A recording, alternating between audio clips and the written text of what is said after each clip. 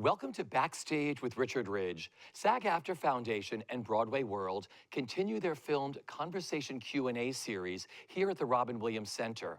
My guest is a celebrated, award-winning actor, director, writer, and producer. He has appeared in over 55 films and is known worldwide as the creator and star of A Bronx Tale. And now he has come full circle back to Broadway with the musical version that he has created with composer Alan Menken and lyricist Glenn Slater. A Bronx Tale, the musical, is wowing both critics and audiences alike at the Longacre Theatre. Please welcome Chazz Palminteri. First off, welcome back to Broadway. Well, thank you. And this time with a musical. Yeah. How does it feel? It feels pretty good. I've always envisioned it as even when I was writing it, I said, wow, this would make a great musical one day. But at that time, I was really a nobody. So I wanted to do a one-man show. I actually did it. I actually wrote the one-man show to get noticed, to hope to get an agent or something, and so here it is. It started with a 5-minute monologue and then went from a 5-minute monologue to a one-man show to a movie, now to a musical. So I always tell actors, you never know what could happen, when you write something, So it's great to be back on Broadway, and, the critics and people love the show. And I always thought it would be great, Richard, because it has such operatic themes that it'd be great as a musical about saddest thing in life is wasted talent, which my dad always told me, and about people, the triumph of spirit, and about racism, how racism is bred down from one generation to the next. I wanted to talk about all these big issues. And in a musical, having like Alan Menken and Glenn Slater, it worked out pretty well. So I was going to ask you, was producer Tommy Mottola the driving force with pushing it forward? Tommy's the one who 4 years ago said, you know what, this is such a great story, because he saw the one-man show when I brought it back to Broadway, and he said, this is a musical, man. You gotta make this. And then finally, we tried. I met with a couple of people, but it didn't work out as far as the music people. And they were great people, but they just didn't have the feel for it. And then I let it go for a couple of years, and Tommy came over to me and said, look, I'm gonna make this happen. Who do you want to do the music? And I said, well, if I had my choice of anybody, I would pick Alan Menken. And he says, Alan, he says, could you get to him? I said, I know Alan, because in Noel, he did the music for Noel, the movie I directed. So I called him up, and Alan said, well, let me read the script. And he read it. He says, oh, my God, I love it. And that's how it happened. Isn't it how creative energy comes around? Yeah. Like I said, had written the music for Noel. Yes. I mean, it's all about, I worked with Woody Allen, and he told me something, and I never forgot it. And we talked about success in life, and he said to me once, I was sitting on a plane with him, and I said, Woody, what's the secret to success, in your opinion? And he said, 85% of success, just showing up. And I never forgot that. Just show up. You show up, something happens. If you don't show up, nobody's going to knock on your door and go, hey, would you want to do a musical? Would you like a part in this movie? It doesn't happen. And a lot of actors sometimes, they get an audition and they say, I can't go. They convince themselves, I'm never going to get it. Why am I going? I shouldn't go to that audition. I'm so wrong for it. I say, show up, man. Show up, because you never know. Great advice. Yeah. Talk about collaborating in the room with composer Alan Menken and lyricist Glenn Slater. What was the creative process like with all three of you in that room? Actually, yeah. Well, the three of us, this was my first musical, a book that I've written. I'd never written a book before. But I was a writer of screenplays and plays. But as I was writing it, I started to listen and learn. And I said, oh, where in a musical, the meat of the song, the meat of the scene is in the song. You can't write a song and then say the same thing, write a scene and then they say same thing in a song, because that's boring. Yeah. So you literally have to set up the song. So I understood that right away, and then I just picked it up right away, and I said, oh, I get it. Because I did the one-man show and I've written the screenplay, I was so inside of these characters for all these years that I've been playing them, because in the one-man show, I play everybody, that I knew where the high points were, where the high points of the scene were. So I knew how to lean up to that. And it was very helpful that I did the one-person show, because I knew.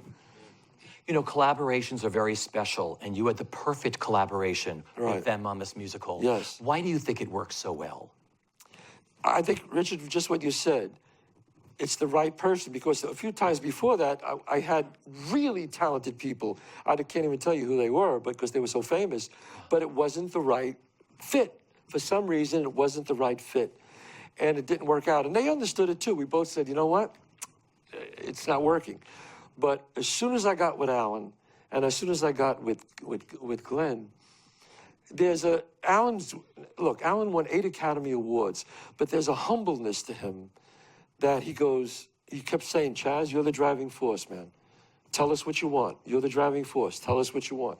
And I was like, okay, yeah. And it comes here. And then he walks over, and then one of the great ones happens. And this is when this happens. And he was like, yeah, okay, I got it. And then sometimes if I said something that was wrong, he would say, no, okay, no, listen to me about this. And then he would tell me, and I would go, yeah, you're right. Forget it, what I said. Let's do that way. So it was a give and take. You know, it was always give and take, give and take. So it just was one of those things, you know, being collaborative with somebody. And plus you got Tommy Mottola, who's Alpha, Alan, Glenn, and myself. And you got Robert De Niro and Jerry Zaks. I mean, you got like 7 alphas in a room, you know? But you know what? It worked out great. It worked out great. You know, I've always been blessed. God has always looked out for me, and I always felt that I've been blessed, you know, so I just feel lucky. I'm one of those guys, I always used to say, I don't want to jinx it, but I can't screw up my life if I wanted to, you know, so.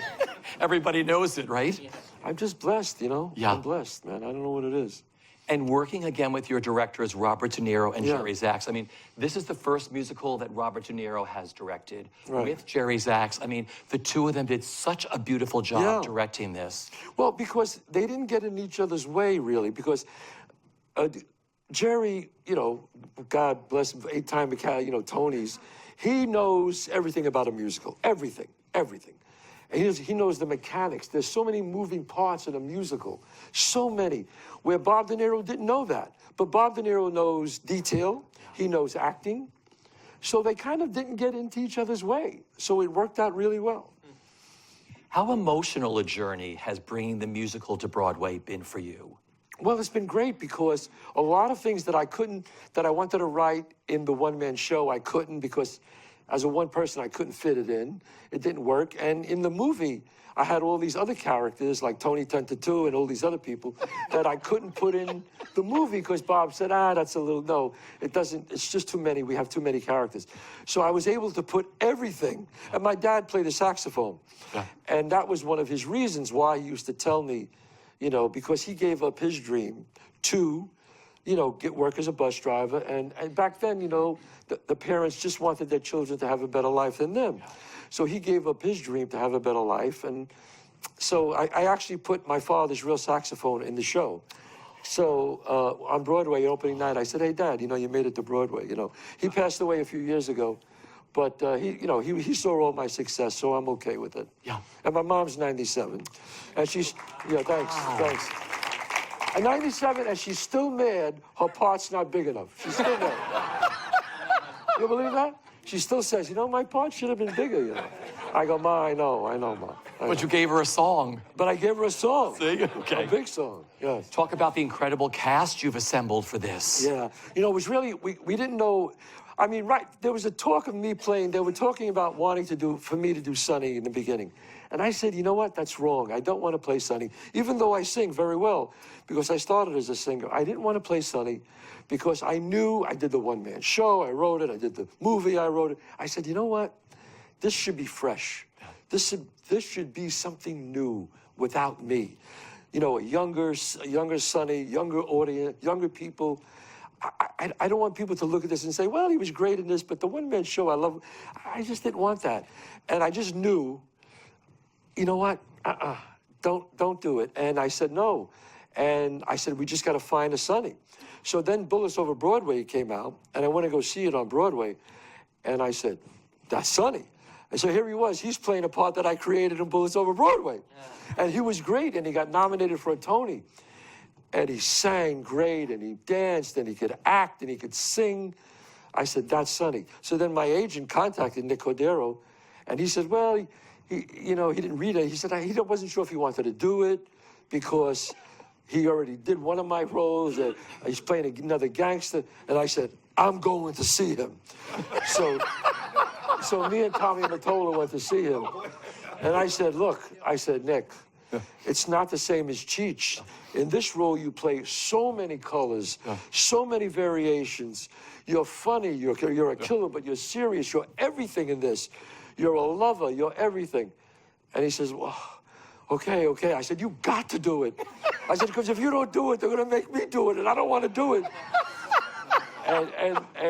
And he read it and said, you know, I love it. And he met with Alan, heard the songs, and he said, I'm in. So that's how I'm so happy.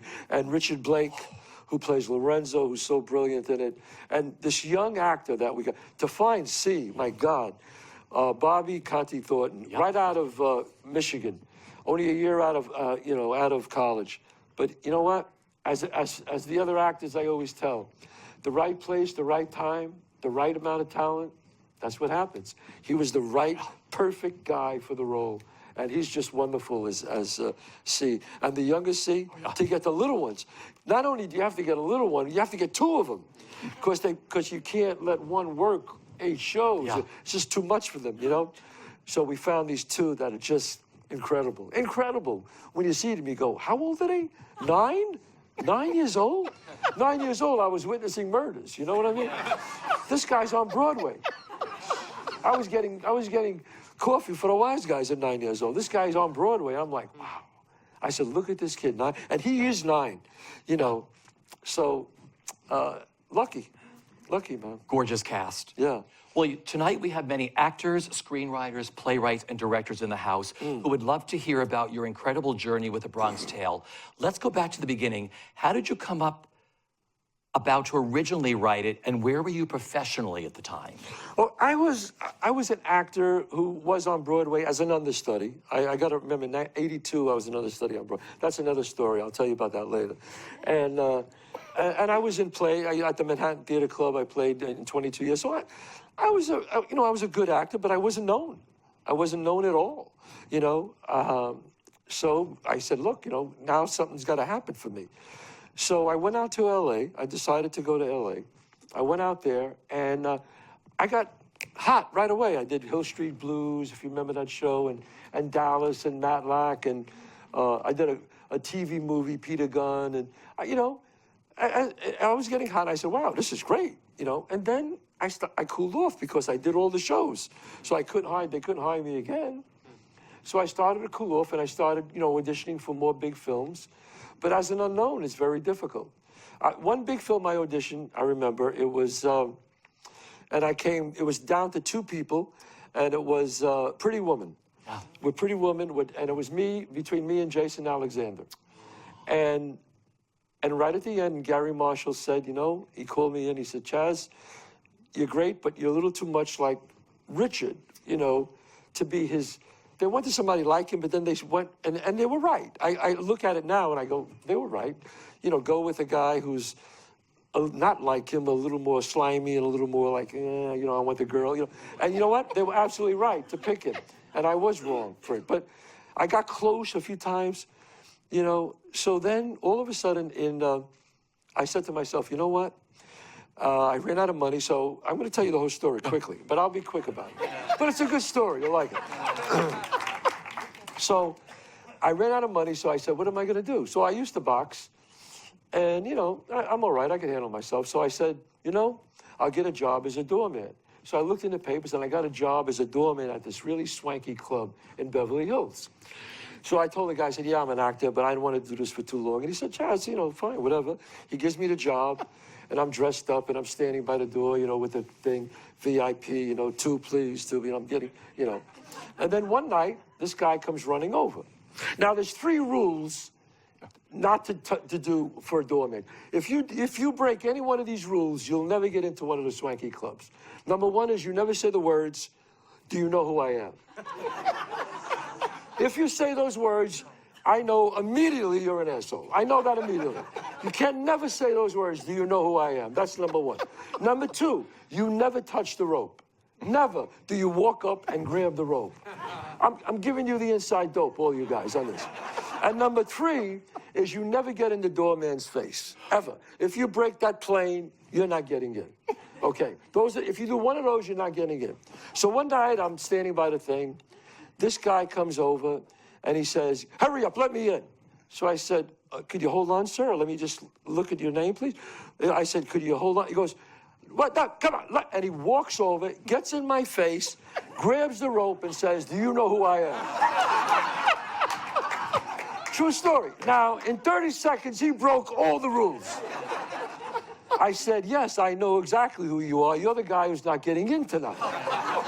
And he looks at me and says, you will be fired in the next 15 minutes.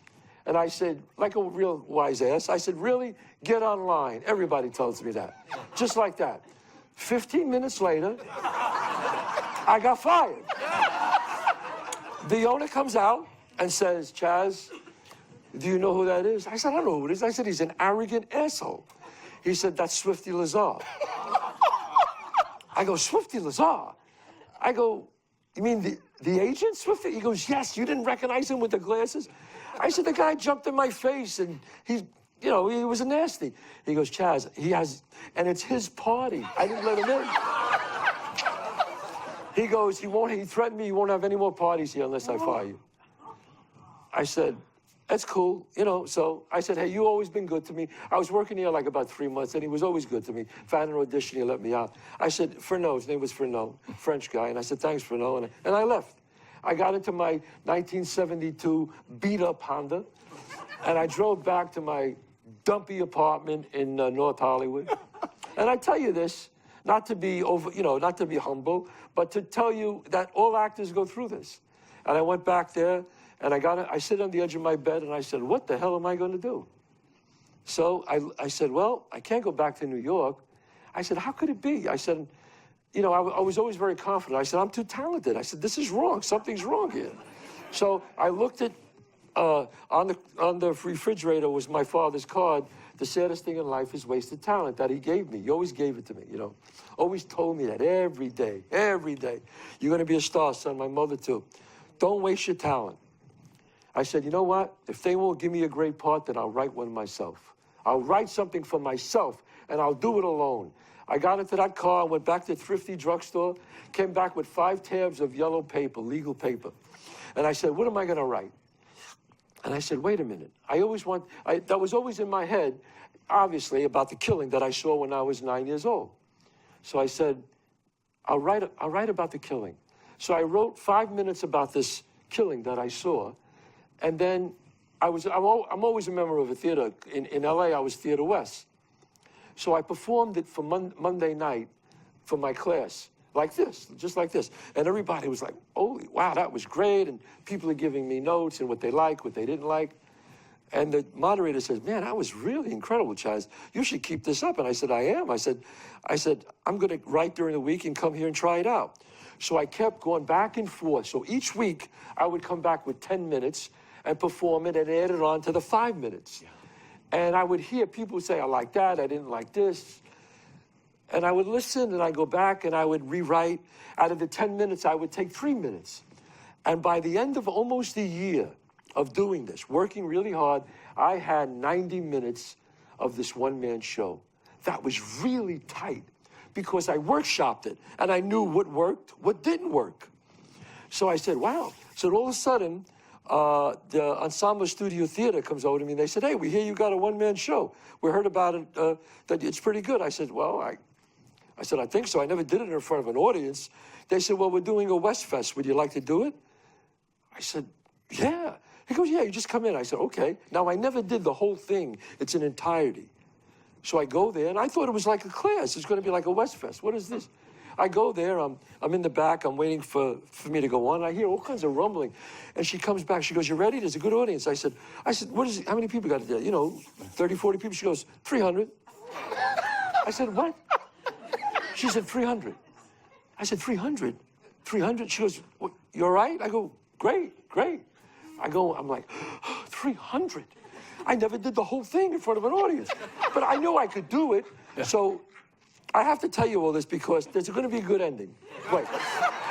So I do it with no lights, no sound, no music, no set, nothing. Just a chair. a chair on a stage. I do the whole 90-minute show. If anybody saw it, that's how I did it, 90 minutes. And the place stood up and they're applauding, and I said, holy shit, wow. I said, I think I really got something here. So I called my friend, one of my friends, and I said, look, could you lend me some money? I want to produce it. And he says, and he always saw me in plays in New York and some bit parts in movies. And he said, I said, yeah, Peter, could you lend me some money? I want to produce this play. I think it's really good. He goes, let me think about it. I thought he blew me off. Next day, knock on my door. I open it up. There's a FedEx. I open it up, a check for $40,000. And I'm like, I call him up. I go, Peter, you didn't even read it. You don't even know what it is. He goes, I think you're talented. I saw you in a lot of stuff. He goes, I'll take a shot with you. So I get the $40,000. I put it up. Yeah. So I put it up at this little theater, and bam! Everybody goes, the reviews were like, you know, like my mother wrote them, you know, bam! You know, shades of Bruce Springsteen, boom, Billy Joel. It was like, forget it. It was crazy. Angels with dirty faces. It was nuts. Now, all of a sudden, every agent, director, producer, studio head, movie star is coming to see the show. And it's like lines around the corner. In 1 week of doing the show, I get a phone call from Universal. Chazz, we saw the show, one of the heads of Universal. I said, how'd you get my home phone number? They said, never mind that. We want to talk. I'm getting a phone call from the head of, right? So I said, yeah. He goes, we want you. We want the show. We saw it last week. We had our development people there. We love it. We're going to give you $250,000 for the rights. I got $200 in the bank, folks. 200. I said, $250? $250,000? He says, yeah. I said, that's great. I said, but you realize I want to play Sonny and I want to write the screenplay. Silence on the phone. He goes, Chazz, listen to me. He goes, that's not going to happen. We think you're a wonderful actor, but you're nobody. You're really... He said, no, you're not a name. It's not going to happen. I said, well, let me think about it. You know, it was the first offer was really hard for me. So I thought about it for 24 hours. I called my parents, and they said, honey, don't worry about it. Do what you have to do. Don't worry about us. Because I wanted to help them out, you know. I called him back the next day. I said, I can't do it. I got to play Sonny. I got to write the screenplay. He said, forget it then. I said, okay. I hang up. I took a deep breath. I went back. Lines kept getting bigger, bigger. Pacino came, De Niro, not De Niro. Pacino came, Nicholson came. Everybody came. Because they all wanted to play Sonny. And every big director came, everybody. So all of a sudden, I'm doing the show, and the lines, it was insane. I get a phone call from another studio, calling me up at my home. I didn't have an agent. I didn't have an agent, folks. Call me up, $500,000. I go, how much? They said $500,000. I said, that's really great. I said, but I want to play Sonny and I want to write the screenplay. They said, can't do it, Chazz. Can't do it. I said, okay. I said, I'm sorry. I have to play Sonny. I got to write the screenplay. Boom, hang up the phone. I go back to doing it, right? Finally, William Morris, ICM, and who was the other big one? CAA. Well, that's when Mike Ovitz was there. Yeah. They are courting me like you would not believe. Chasing me, calling me up. Before Bronx Tale, I wasn't allowed on the block, okay? And I'm telling you this for all the actors out there, that don't be discouraged. This is the way it is. They're business. They're heat-seeking missiles. That's all they are. Yeah, I call them heat-seeking missiles. So don't let it bother you, folks. When they say no to you, it's normal. That's the way it is. It's got nothing to do with your talent. So don't let that shit bother you. So finally, they're all chasing me, trying to sign me. And I'm like, well, so I had a meeting for William Morris. So my car had a hole in the radiator. So every 3 days, I would have to put water in it. Okay, so this day, I got a meeting. So I get in the car, I start it up. I go 4 blocks. My car starts overheating. I go, holy shit. I go back to my apartment, my dumpy apartment. The car's overheating. I call up William Morris because I had a meeting with him, and I go, listen, Fred Westheimer, Lee Cohen. I go, hey guys, I can't make it. Why? Why can't you make it? Why? You signed with somebody else? I said, no, I wouldn't do that. I said, But my car, I have trouble with my car. It's overheating. All right, what's your address? I said, this is my address. Just stay right there. We'll be right back. I said, I will get back to you. I'm like, I hang up the phone, like, what the hell's with him, right? 40 minutes later, my hand to Jesus Christ. I hear this, knock on my door. I open up the door, there's a little guy there, and he goes, you Chazz Palminteri? I go, yeah. He goes, come with me. I go with him, I walk down there, and I was with all these actors with broken down cars because we all had no money. And right in the middle of the parking thing is a brand new 1989 Cadillac Eldorado, black with saddle interior. And he hands me the keys and goes, William Morris got this for you. Don't be late for the thing. Don't be late for the meeting. Okay? I go, what? I'm stunned. So I call him up. I go, hey, Fred, you know, I didn't decide that I was going to sign with you. I don't know. He goes, no, don't worry. We leased it for 2 years. It's up to you. If you sign with us, great. If you don't, you keep it for 2 years. I said, okay. Now I'm on the 405. I'm like driving. I'm like, hey, you know, I'm going, who's better than me, right? So to make a long story short, I get there and I sign with William Morris. Okay. So I go to a meeting. I go to a meeting with them. They said, look, these people want to meet with you. I said, okay. We sit down with a meeting. He's there. Fred Westheimer, Lee Cohen on my left and right. The guy, the head of the studio, which I'm good friends with him, Lee pushes a piece of paper over to me where I am, and he goes, sign that paper, Chazz. You'll have a check for $1 million tomorrow. I go like this, $200 in the bank. I go, I said, is there a men's room here? And he goes, the executive men's room is right over there. So I get up and I said, excuse me one second. I walk into the executive men's room. I go in there, I shut the door. I'm looking at the mirror and I'm looking, I wash my hands, put it on my face, and I go, $1 million. Wow.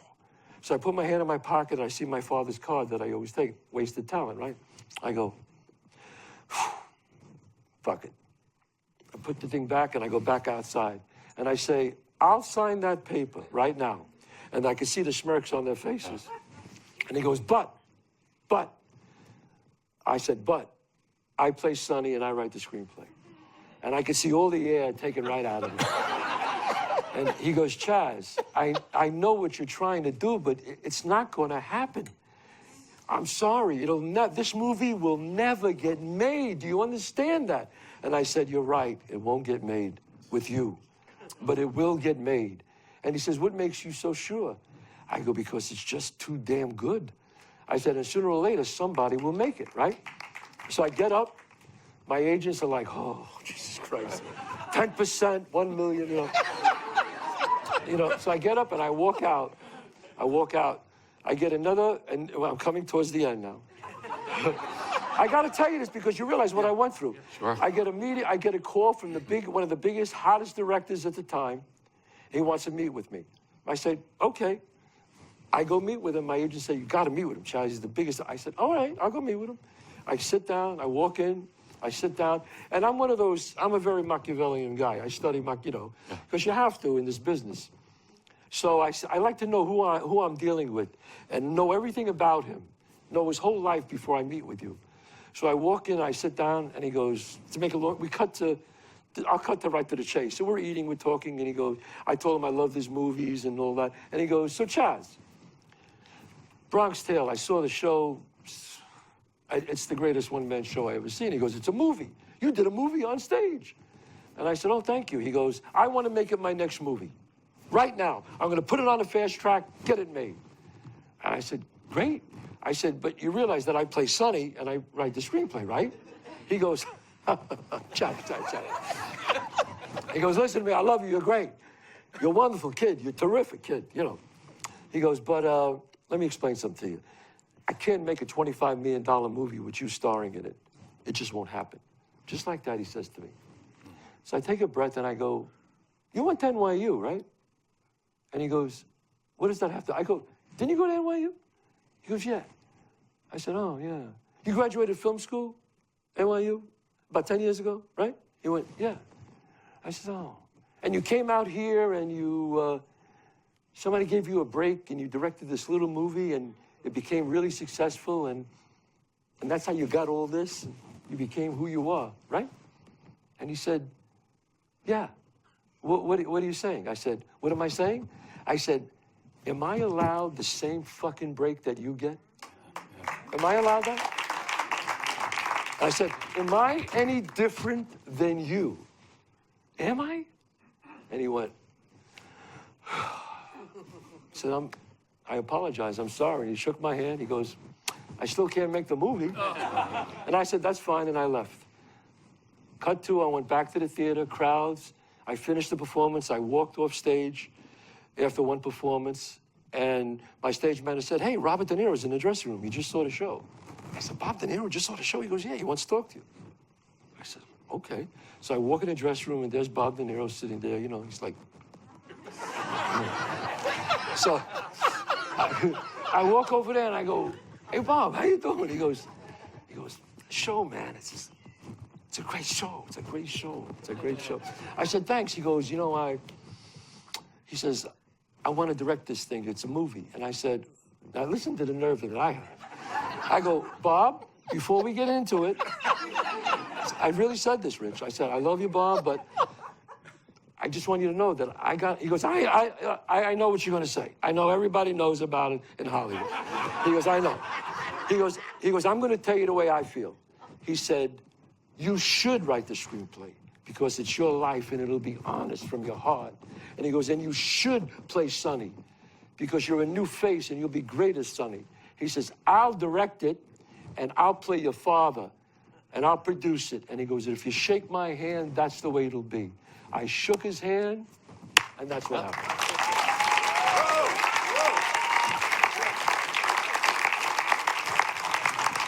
Now, I gave you the whole story. I love, no, you answered like my last 10 questions, so that's all great. Yeah, well, you know, I just wanted to tell you the journey. Yeah. It was very difficult. It was. They are, because you could have made many different choices along the way, and you stuck to your I stuck to my guns. Yeah. But I always tell young actors who have a one-man show, they go, hey, Chazz, I want to do what you did. And I said, listen to me. What happened to me was an aberration. Yeah. It doesn't happen often. It happens once every 20 years. Rocky, Bronx Tale, My Big Fat Greek Wedding. Yeah. So it's very rare that happens. You have to have everybody wanting it. If there's only one person wanting it or two companies, take the money. But I was very fortunate. I had everybody in the world wanted it. Yeah. What is the best bit of advice that you've been given, both personally and professionally, that you live by? I think is to try to really live your life the right way. And I don't want to sound too idealistic here because God knows in the beginning and a lot, I did not do that. As soon as I got my life together and said, when I started taking it really seriously, when I got fired, even when I got those parts in Hill Street Blues, I was just talented. I was really good at auditioning, so I would get parts. But then when push came to shove and for me to get to the next level, I had to do something else. My talent couldn't take me there. I had to showcase my talent. That's when I got serious. When I looked in the face and I was 39 years old and said, do I quit? When I got fired because of Swifty Lazar, do I quit or do I go on? And I said, you know what? I'm going on. I got the 5 tabs of yellow paper and I started to write. Now, another person maybe would have did drugs and alcohol or, you know, did something to self-hurt, you know, self-prophecy to hurt himself. But I said no. What I did was, and I learned this from therapy and from my shrink, what I did was I was so angry that I got fired and so angry that I knew I shouldn't be in this position. I said, what I did was, I found out later what it's called, it's a transference of energy. Some people get angry and they hurt themselves. Some people get angry and they channel it into work. And that's what I did. I wrote every day, and I show up Monday and I do it for my class. And wrote every day, show up every day. At the end of a year, 90-minute one-man show. That's how it happened. And I tell this to all the young actors out there. and the young directors and the young writers. And when I say young, I don't mean young. Because I tell actors who are older, they say, you know, Chazz, I hear this. You know, I'm 60 years old. I always wanted to be an actor. I'm a retired cop, and I'm getting into this now. Is it too late? I go, too late? It's great. I go, just be good. Because you know why? People your age, they gave up by now. There's not many great actors that are 60, 70, 80. And I tell the women, they go, you know, I'm pretty, but they all want the young, beautiful girls. I said, that's bullshit.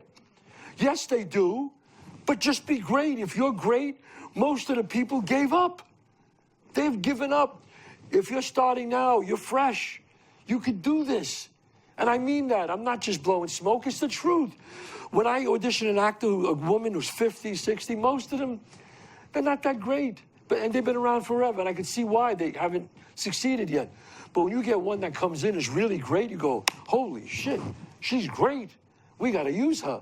Or remember her for something else. So yes is just around the corner. Most of the time, and I tell this in my class, auditioning, most of the time, it's no. You got to put that in your head. Most of the time, it's no. What other profession? You know, could you go to 10 times and what do you think, you're going to get 7 auditions? 7, it's not going to happen. If you get 1, maybe, so you got to go 20 times and get 1. 30 times, get 1. That's the way it is. When the right person walks in the door with the right amount of talent, that's the part. But you got to knock on the doors. But as actors, we go, it's too late. I don't want to go there. I'm not right for the role. Oh, it's freezing outside. This is bullshit. Oh, I know. They know my work. Why am I calling me again? Oh, what is? Oh, they want somebody Irish. I'm Italian. It's not going to work. A million excuses you can make. You got to go. You got to show up. And you know what? You might be right. Most of the time, it's no. You're right. But 100 no's, 1 yes. That's how it starts, guys. That's how it starts. Yeah. That's incredible. I want to thank you for the most memorable evening sitting with you. Well, thank you. If you have not seen A Bronx Tale, a musical, please go see it. Ladies and gentlemen, Chazz Palminteri. Thank you. Thank you. Bravo. Thank you. Thank you. Oh, thanks very much. Thank you.